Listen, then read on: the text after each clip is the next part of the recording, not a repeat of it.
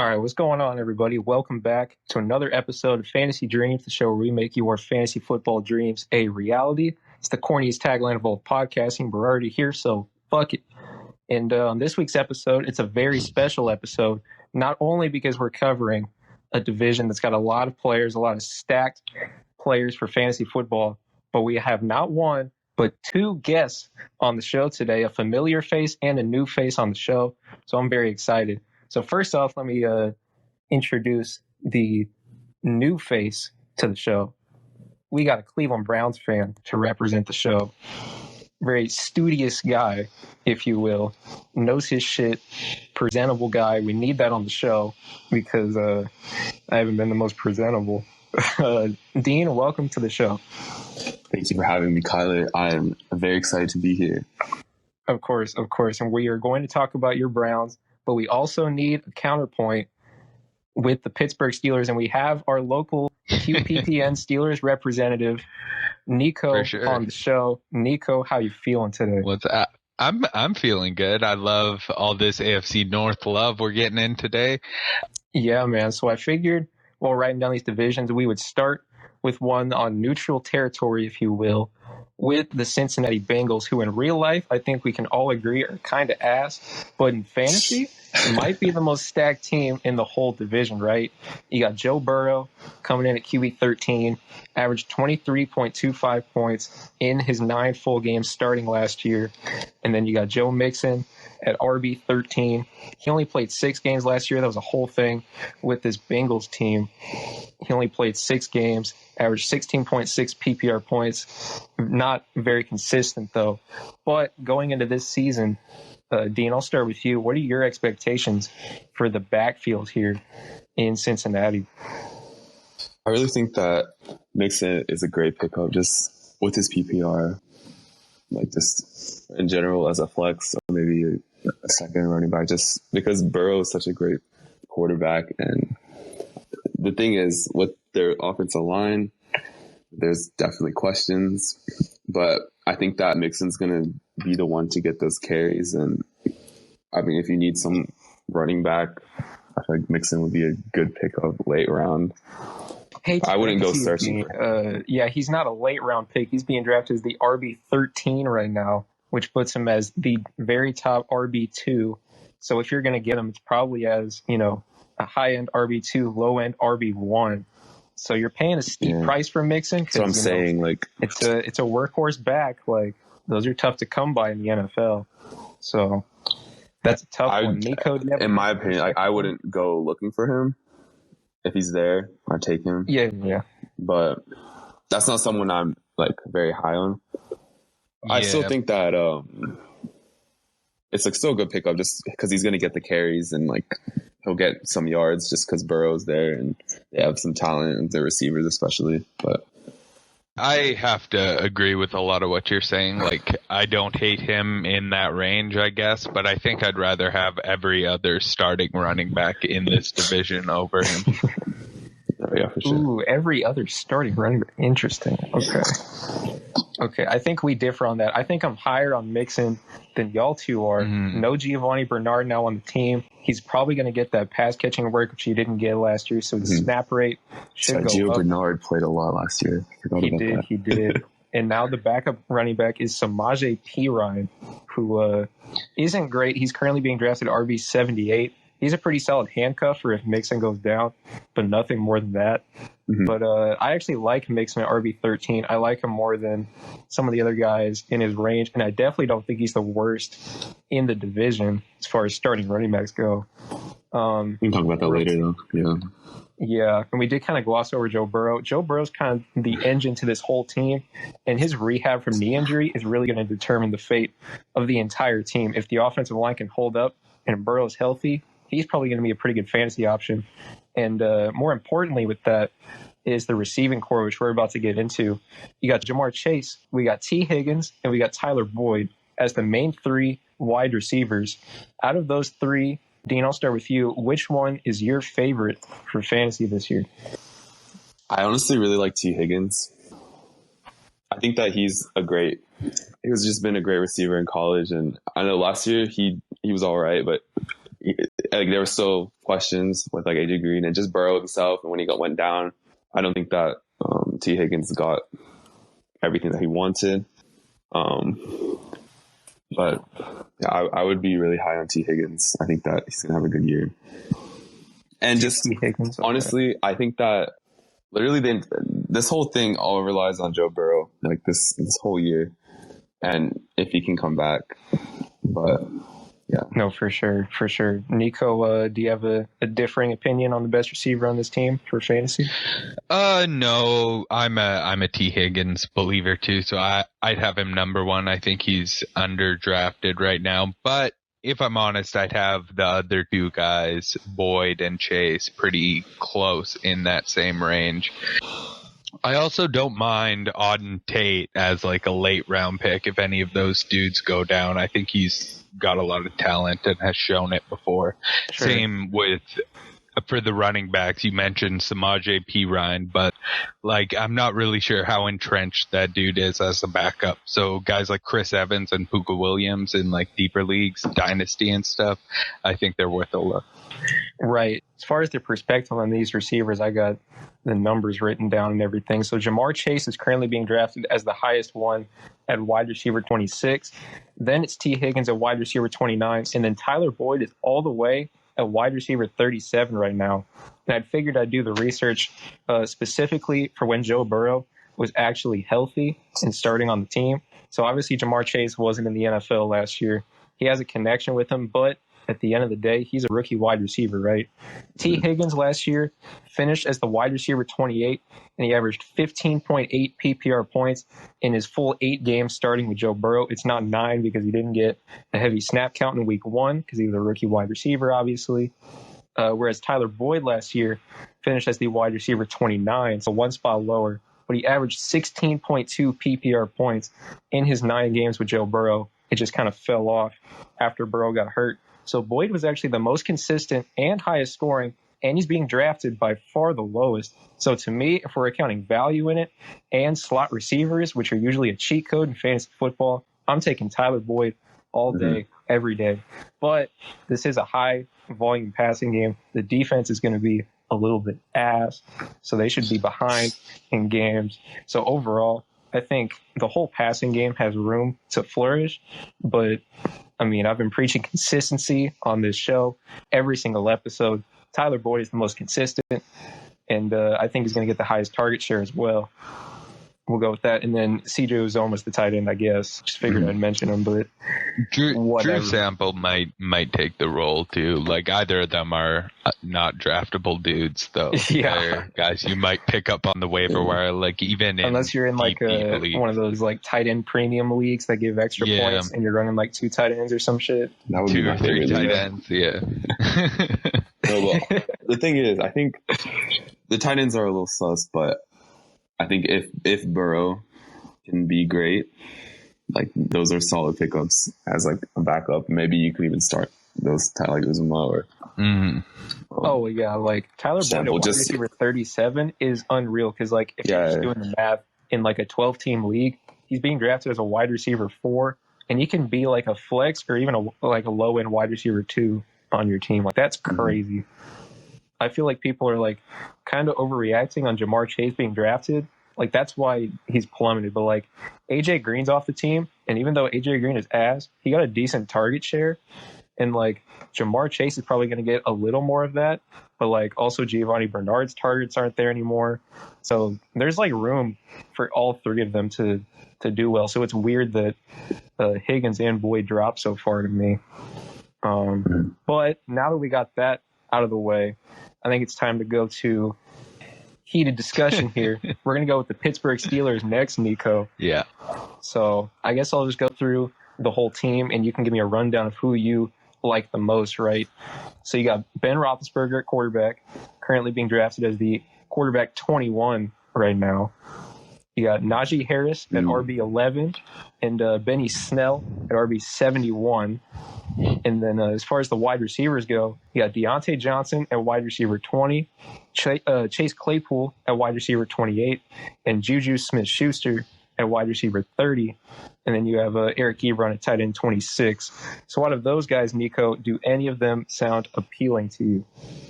I like Najee where he's being drafted, mostly because of role. I mentioned like having all the running backs in the division above Mixon. Like that's not talent wise. We can't say that with Najee yet. Haven't seen him, but the Steelers always use one running back, one bell cow guy, and Najee Harris is going to for sure be that dude. Ben Roethlisberger should be a waiver wire guy. I don't think you should draft him. QB 21 is about right. That might be a little higher than where I am, though. And the wide receivers, I think if you believe in Ben at all, you're going to want to take Deontay Johnson because that's his dude, specifically on short routes and stuff. But otherwise, I think Chase Claypool is the biggest boom for the team. He's the best receiver, I think, talent wise, and he's shown ability to just like take the ball and make things happen with his size and speed. So I think he's the guy I'd be targeting as a wide receiver 3 or 4. Okay, Dean, I know you got hate in your heart for this team. So hey, if you want to spread Steelers slander, you absolutely can. That's fine. I mean, biased takes are welcome. I honestly think these players, like I really like Najee Harris. Like I think what he did at Alabama was literally transfer so well for Pittsburgh, just in the NFL. And I'm really scared about Najee Harris, what he's going to do. So I think he's definitely a really good pickup. They're going to rely on him so hard with Ben being what he is now. Apparently he's slimmed down. He had a new diet. You guys saw. That's what he's been saying, but I've seen photos of that dude, and he is not lean. He's got a belly. I saw those pictures too. But I think Najee Harris, great. It's just that's someone you want on your team. And I mean the receivers, like Claypool, he'll do his thing, and I think just Ben always gets these high volume passing games, and last year when they had no running game, the receivers like benefited from that. But I'm not sure with Najee Harris how that will affect Claypool and Schuster and Johnson. I guess it just depends on Ben and what Ben does, which I don't really want to rely on as much now that he's fat and old. Want to. That's the thing where also I'm not good. A little scared about that with the receivers, but I think like Najee Harris, he's going to do his thing. He's going to get his points unless he gets hurt or something, which I don't think will happen. Hopefully, knock on wood, but not the highest on the receivers. Big Najee Harris guy. Right. Yeah. I completely agree, to be honest. Like Roethlisberger, I expect to regress because it was huge passing volume last year. I expect that to regress this year, especially when you look at their offseason moves. I mean, getting Najee Harris and taking a tight end in the second round, I feel like they are going to go into more of a run-heavy scheme, or at least they have to more compared to last year, because last year they did not run the ball at all. It was bad. Yeah, it was. Well, the offensive line last year was so bad at running the ball, and they were bad at blocking for the pass also, but slightly less bad at that. So I think that was a big part of the reason they just had to do that shit. And Ben literally had running those backs attempts. It's crazy. No, he literally would attempt like 50 passes a game. Yeah, there's no way that continues this year. So I am higher on Najee than the receivers. I expect all the receivers to regress, to be honest. I don't love Najee's situation just because I don't expect this to be a team that scores a lot of points and gets a lot of like red zone opportunities. But I mean, like I said with Joe Mixon, because he's a workhorse back, that's probably going to be on all 3 downs. He's kind of in the RB1 conversation by default. So RB11 is probably a good spot for him. He's being taken above Joe Mixon, though. I think I like Joe Mixon in fantasy this year a little more than Najee Harris, to be honest, just because we kind of know what Joe Mixon can do, and I like their opportunity to score more points and touchdowns than Najee Harris, to be honest. And then Eric Ebron is one of those tight ends. Nico, I think we were talking about this on Vince's show, that Eric Ebron is a guy that, if you have him, you're going to play him on a week-to-week basis if you need to stream a tight end, and you're just hoping he scores a touchdown. Pray to God. Pray to God. Yeah, he has scored 14 touchdowns in a season, but that's not going to happen this year. Yeah, that's a tough call. Yeah. So I don't know about these Steelers, man. I'm excited now because Nico, we were on Vince's show earlier and we were it was 15 minutes of talking shit about the Ravens, and now we get to do it again. For sure. I'm hyped. Man, Ravens slander time. Okay. So we got Lamar Jackson. Lamar is currently being drafted at QB4, which Nico, I think, is where I ranked him in my quarterback rankings on the show earlier, right? Mm-hmm. Yeah, somewhere around there. You might have had him lower. I don't remember, but off the top of my head, I think I'd go RB4. J.K. Dobbins at RB16, Gus Edwards at RB43, and then as far as the wide receivers, which Nico described as 7 different number 4 receivers on this team, which is very accurate. Yeah. Marquise Brown at wide receiver 44, Rashad Bateman at wide receiver 59, Sammy Watkins at wide receiver 74. Kind of makes me want to throw up in my mouth, to be honest. Not great. And then Mark Andrews at tight end 4. Is there anything to be excited about, Dean, with this Ravens team? Lamar and Dobbins, Gus Edwards could be good. Yeah, maybe a flex or two, but I don't know. Just maybe you want Marquise Brown. Just maybe he can catch some touchdowns for Lamar. But honestly, I'm not excited at all. I love Dobbins. I watched him in college. Love the guy. Hate that he's on the Ravens. He's definitely going to get a lot of those little dump passes from Lamar. Breakout. He'll definitely have a few touchdowns just from that. So I think Dobbins will have a great year. But other than that, I'm not really too high on anyone else. So I think Dobbins is definitely a workhorse, and I think he'll step into his role as the star besides Lamar. Yeah, okay. What about you guys? What do you guys think? Nico, what you got about this Ravens team? I totally agree. Well, with the J.K. Dobbins take, he's a running back I'm higher on in fantasy. He'd probably be not a first round guy for me, but a top 12 running back. I like Lamar too, QB4. I now that I'm thinking about it, I think that's where you had him, but I think he could be better than that. He's also got that rushing upside, so that's always a floor for your squad. But every year in fantasy, I make sure to draft Sammy Watkins when he's going this late, and I trade him after week 1 every time. And four out of 5 times, I feel like you can get value above where you draft him if you pull that stuff off. Yeah, I mean, he'll always give you 150 yards and 2 touchdowns in week 1, and then not do shit. Exactly. And someone every year is convinced that this is the year Sammy Watkins is the dude. So that's why you gotta always hide Sammy Watkins on your bench. Yeah, I mean, daily fantasy legend Sammy Watkins is. Absolutely. I don't know. I like Lamar. I'm glad you mentioned the floor that he has with rushing, because that's very true. I think I'm lower on J.K. Dobbins than both of you guys, to be honest. Dean, there's actually a history of running quarterbacks not throwing the ball to running backs. I mean, if you think about it, when's the last time that a throwing running back really threw it a lot to their running back? I mean, Christian McCaffrey got way more targets and receptions once Cam Newton left the team.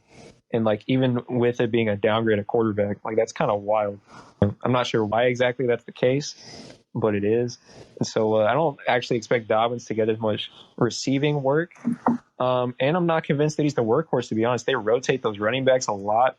So Gus Edwards at RB43, I like a lot, to be honest, his value. And if Dobbins ever gets hurt, which I wouldn't want him to, but if he does, then that'd be really good. He gets touchdowns. He could get into the double digits if Dobbins misses any time, to be honest. So I like Gus Edwards as a value more than Dobbins. in like the early second, to be honest.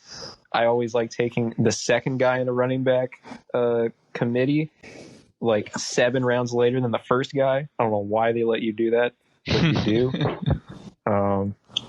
I don't want any of the wide receivers. They're all fucking bums this season. I don't want them. Except for Sammy Watkins, week 1 in daily fantasy. I'll take that every time. If there's anyone you would take, I guess it's Rashad Bateman, a wide receiver 59, purely because he's a rookie and I guess he has upside. But it's hard to rely on him. I liked him in school, but like Lamar can't throw the ball, so like I don't know how much it's gonna help. Yeah, and then Mark Andrews, he's currently being taken at tight end 4, which I don't know if I agree. I mean, like, he finished at tight end 6 last year, and I like TJ Hawkinson and maybe Kyle Pitts over Mark Andrews in fantasy this year. So I don't know. And also, I don't like taking tight ends in that mid-range. It's either going to be Travis Kelce or Kels, I guess, if you saw that video. I'm still I swear that was a joke. I don't know. God, maybe it wasn't, and I'm dumb. But he's my least favorite tight end in the league now. After that, yeah, for sure. God, that fucking sucks. But it's either going to be like Kelce or Kittle, or it's going to be like a later round guy in like the 10th or 11th. I'm not. So you think there's a drop off with Andrews and with those first two? Exactly. Yeah, it's just not worth it, to be honest. So Mark Andrews probably not a guy I'm going to get any shares of. But like if you want a mid-range tight end and that's just the way the board falls, then Andrews is not a bad option at all. You know what he is. Yeah. I actually like Andrews a little more than you, I feel like. I think that with Lamar being a runner, I know that he's trying to limit it more just to limit injuries. That's where I kind of wanted to see is like for the screen passes. That's where I thought maybe he'd do that more. But if, like, based on what he's been doing, he'll run, defense is discombobulated, and then he dumps it to Andrews. Andrews is so good at finding those little pockets for Lamar. So I think that happens a lot, and I think that Andrews will benefit just from Lamar's playmaking. I guess what is scary with Andrews is if Lamar ever gets hurt, he's not as effective because he's not. The talent of Mark Andrews isn't that just he's just like a dominating figure on the field. It's just he's really shifty and he can get to those spots. The best tight end in scramble drills. Yes, like, facts. Yeah, that's what makes him so good. Mm-hmm.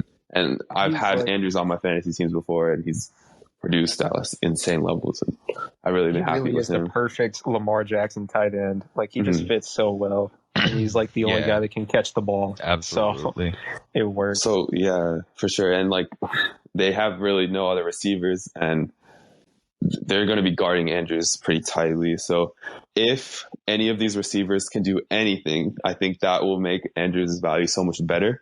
So if any of you guys are high on the receivers, I would try to look into getting Andrews. That would be smart. Tylan Wallace would be the guy who needs to step up and grab that role. Or I guess Rashad Bateman. Either of those dudes, if they can show out and prove they can be an impact playmaker for Lamar, even though he lacks that accuracy. But if that can happen, and also the Greg Roman offense doesn't throw the ball downfield. I don't know. Like all these wide receivers suck. Like we should move on.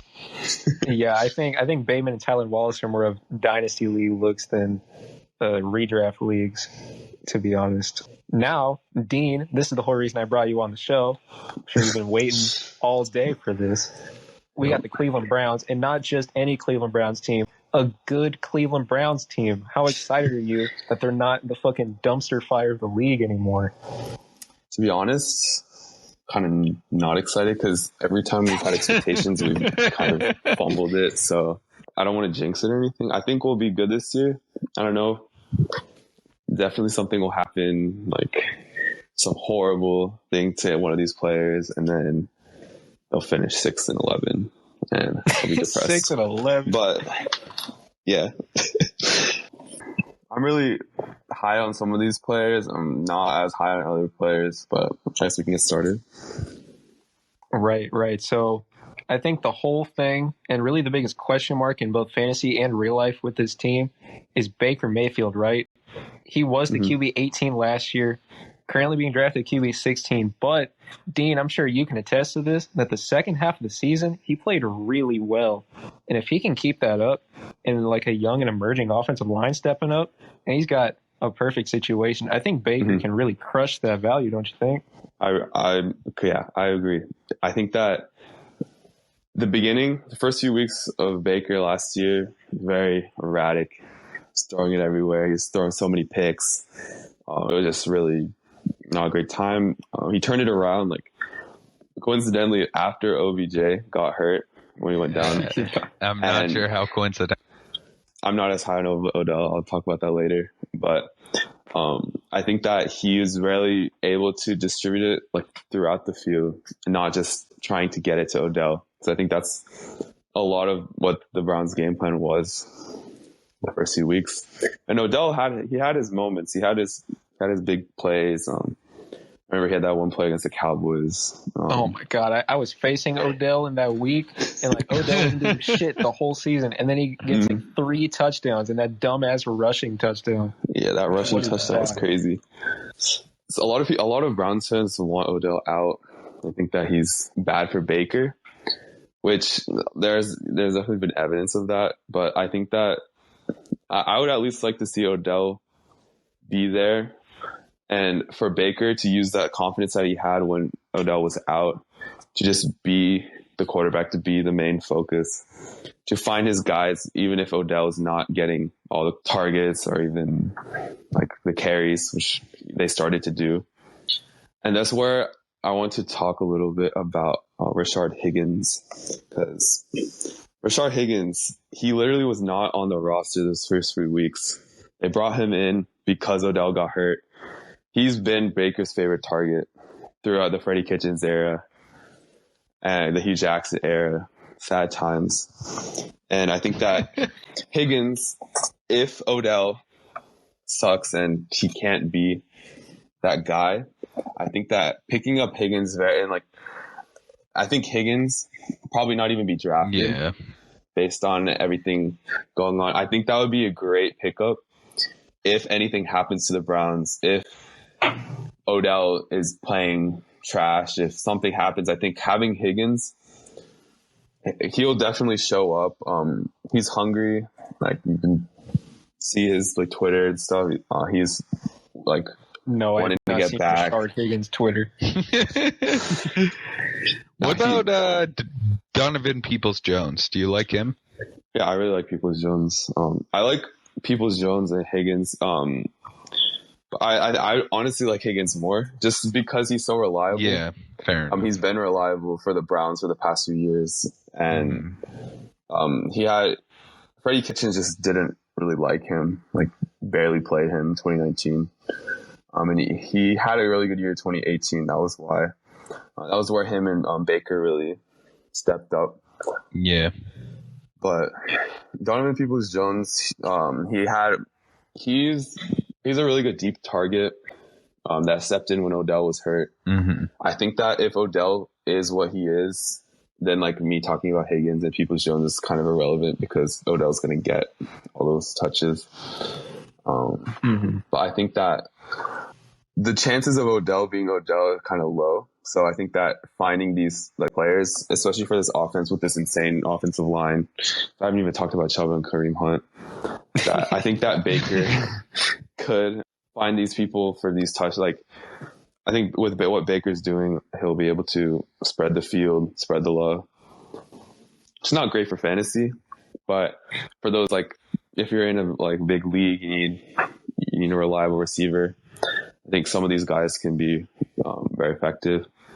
Jarvis Landry, I'll go into him a little bit. I think that he's good for PPR leagues. If you're not in a PPR league, I should maybe stay away a little bit, because Jarvis isn't going to get big targets anymore. He hasn't really been doing that for the Browns recently.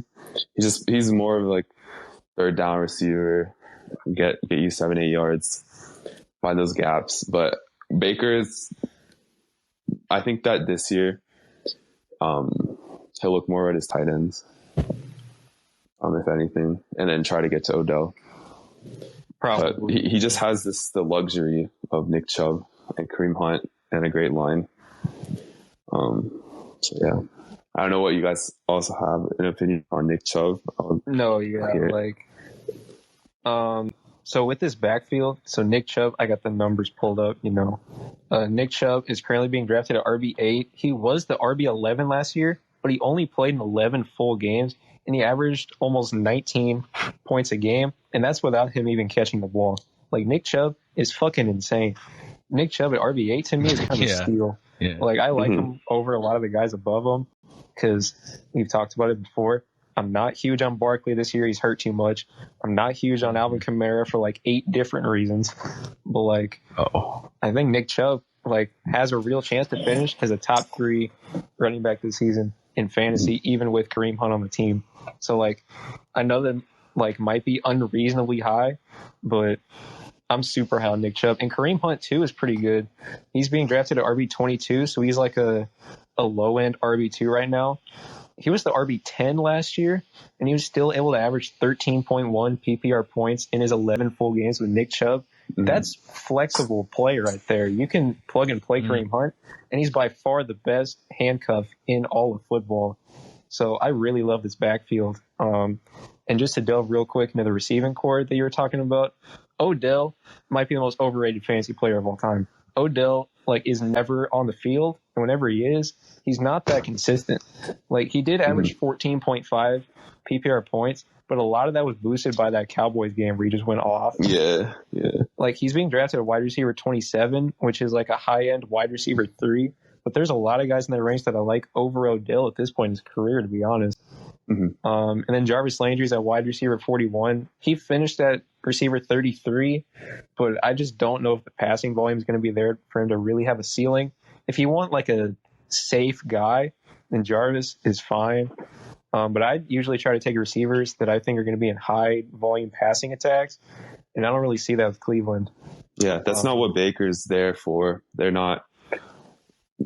What Baker's that he's just there to hand the ball off, get first downs. That's where I think that Higgins, even Kadero Hodge, if you really are desperate, they'll get you touchdowns. For those times when Nick Chubb or Kareem Hunt don't get it, those are the 2 guys you really want on this team. I'm not saying much, but no, for sure, yeah. Nico, what are your thoughts overall on this Browns team? I'll agree with a lot of what you guys said. I might be a little lower on Nick Chubb than you, but it's just because I'm comparably higher on other guys you mentioned, like Kamara. Odell, yeah, he has not proven himself to be effective in fantasy for quite some time. I would not draft him there.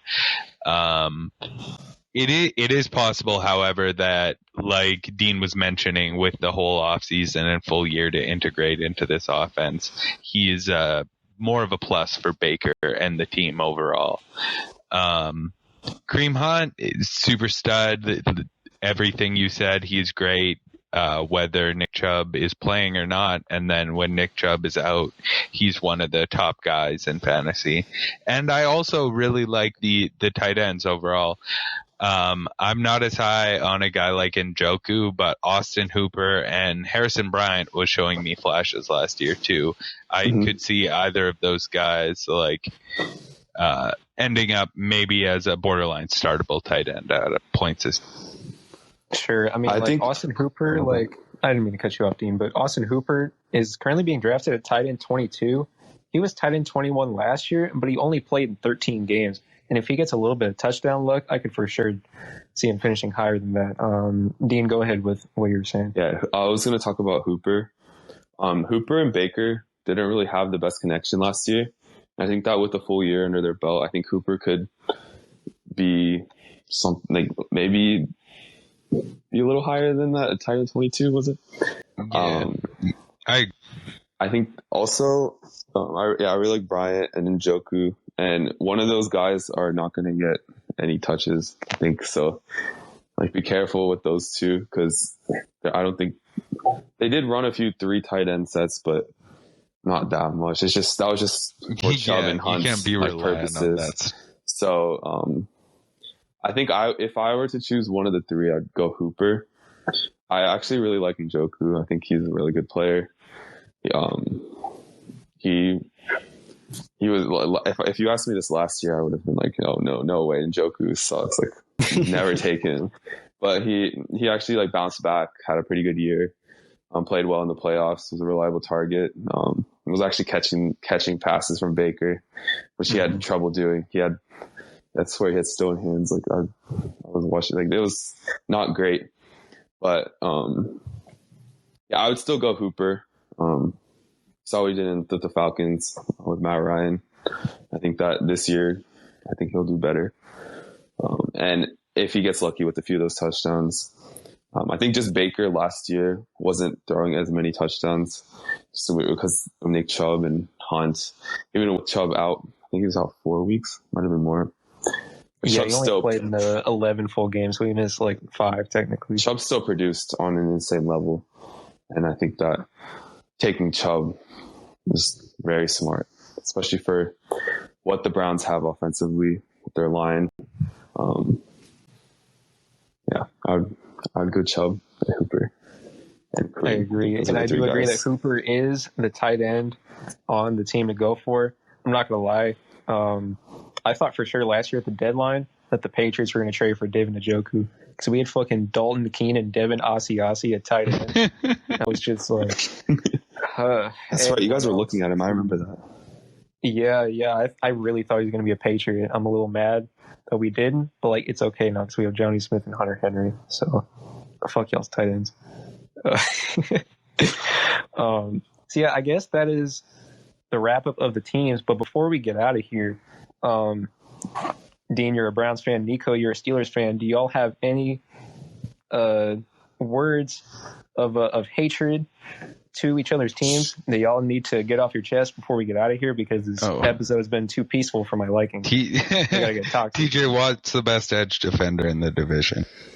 That's so bad. No. Hey, we can discuss it. We can discuss it if you want. Let's watch this year. We can see what happens. I agree with Brian. Brian in the chat just said, not a hot take, ban Nico. You look at what Myles Garrett has done. Look what he's been able to do. Man, look what TJ Watt's done over the last 2 years. He's been top 3 in Defensive Player of the Year the last 2 seasons. He's incredible as well. I don't think TJ Watt has as strong of a helmet swing as Myles Garrett. yeah, definitely not. Yeah, and there's not a quarterback with a big head like Mason Rudolph on the Browns or any other team. So I think they'll be okay. Shit, man. Y'all really don't have any shit talk to say about each other? Listen, I've been so used to not shit talking the Steelers. I think because I can't. So I'm kind of like treading on water right now. No, good. It's fair because also I don't really have any vitriol towards the Browns. They bothered me during the Myles Garrett situation, but I think both of us, it's fuck the Ravens over everything else. The Ratbirds belong in hell, so you got to find a Ravens fan for us to kick the shit out of on air. Not for real. Ravens fans, they disgust me. But okay, listen. I totally agree. It was fun to beat the Steelers in the playoffs. That was very nice. I felt happy. That was the first time I saw Ben Roethlisberger crying on the bench. That was very nice. I enjoyed that a lot. But I would rather beat the Ravens. I loved when he had that record of having more wins in your stadium than any other quarterback. I love that one. It's been tough. It's been a tough life. So yeah, for sure. I got blackout that game. The second the Marquise Pouncey snap went over Ben's head, I was like, okay. I watched the 5 weeks leading up to that too, and I realized we were a bad football team by that point. So I kind of was already expecting the loss. We were 11-0 and then finished 12-4, but we absolutely fell apart. Ben was awful, and people figured out the facade of a running game. Randy Fichtner came up with. Also, for some reason, they stopped doing all the motion stuff they were doing during their win streak. They pulled it all out of the offense, and then the offense got way worse, obviously. So, man, it was just I could have killed their. OC and Ben last year. Both of them deserve to be shot. Dwayne Haskins. He said they deserve to be shot. Do you think I'll kill them both. Are you mad that Ben's back? Like, what are your thoughts on that? I knew they would give him one last year. I'm happy. I'll just let it ride out. It's whatever. I kind of was hoping this year in the draft where we took Najee Harris, I wanted to like trade back so we had more assets coming into next year to potentially trade up for that quarterback. But I'll get on the Dwayne Haskins bandwagon for now and then get ready to trade. I love Dwayne Haskins, but I don't know about that. No. Like, oh man. Well, what else do it's not going to be Mason Rudolph. Like, so I don't know. Yeah. Joshua Dobbs. Hey, like, nah. I feel like as a Browns fan, like, I know exactly how that feels to not have a quarterback, but like for you, it must be so weird. Like, I was just thinking that, like, completely. Imagine not having a quarterback. Strange. That's like been my whole life. Yeah, well, I kind of have a feeling they're gonna address quarterback in trade next offseason instead of in the draft. So we'll have to wait and see how long we don't have a quarterback for, but right now it's definite insanity. That being said, I never really fucked with Ben Roethlisberger because from the minute I became a Steelers fan, I already knew about the sexual allegations and everything. So he was never my guy. So it's kind of nice for me to finally be ready for an organization where I don't have to watch it and cringe every time my quarterback plays well. I'm looking forward to that. It's always good for change, like, especially as the Cleveland baseball team fan. We just changed our name today. As an Indian, I'm pretty happy about that one. Yeah. Chicago Blackhawks, eyes on you now. Nico, I always meant to ask like a Steelers fan how they felt about like Roethlisberger with all that shit, but he was like actually good because like as a Patriots fan, like I don't agree with Tom Brady kissing his son on the mouth, but like we got 6 Super Bowls. No, that's not that bad compared to. Yeah, that is. No, it's definitely not on the same level. It's not on the same level, but like. No, sir. Hey, listen, Antonio Brown was only on our team for 1 game, but if AB was giving us 1,400 yards and 10 touchdowns, shit. Yo, I had my fiance signed off to name our son Antonio until he went crazy. Are you serious? Oh my god! 100% sure. 100% serious. He was such a beast for you guys. Oh my god. Yeah, AB, like in his prime, was probably my favorite non-Patriots receiver. And then he went crazy, and then he became a Patriot for 1 game, and then he went crazy again. Yeah, absolutely, man. He was never crazy before that. He was just like a regular dude, was he not? Like, I think he's been crazy this whole time. It's just Mike Tomlin gets these guys under lock and key. Like, you see the same stuff with Le'Veon Bell, Martavis Bryant, like all of these dudes. As soon as they're out of the organization, it all goes to shit. Mike Tomlin is, I believe Mike Tomlin's the best coach in football, so I'm gonna go out defending him always. But he gets the best out of crazy star players. Yeah, AB, man.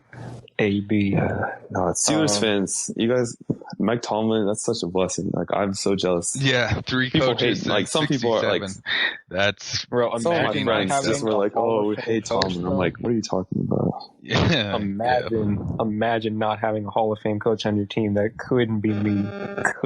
Yeah, exactly. Exactly. Wild. Like, not in like my mother's lifetime. Like, Jesus. Yo, it's not like the Browns had Bill Belichick and Nick Saban. Oh, wait, they did. Bro, but we gifted you Eric Mangini though, so it's cool.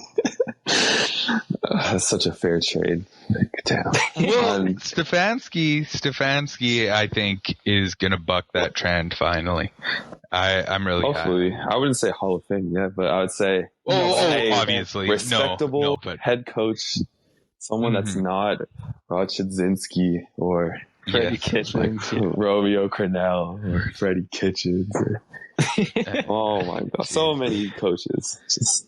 But I think, man, Stefanski's jawline, he's gonna take us to the playoffs. Hopefully, jawline. Reminiscent nice of jawline. our boy.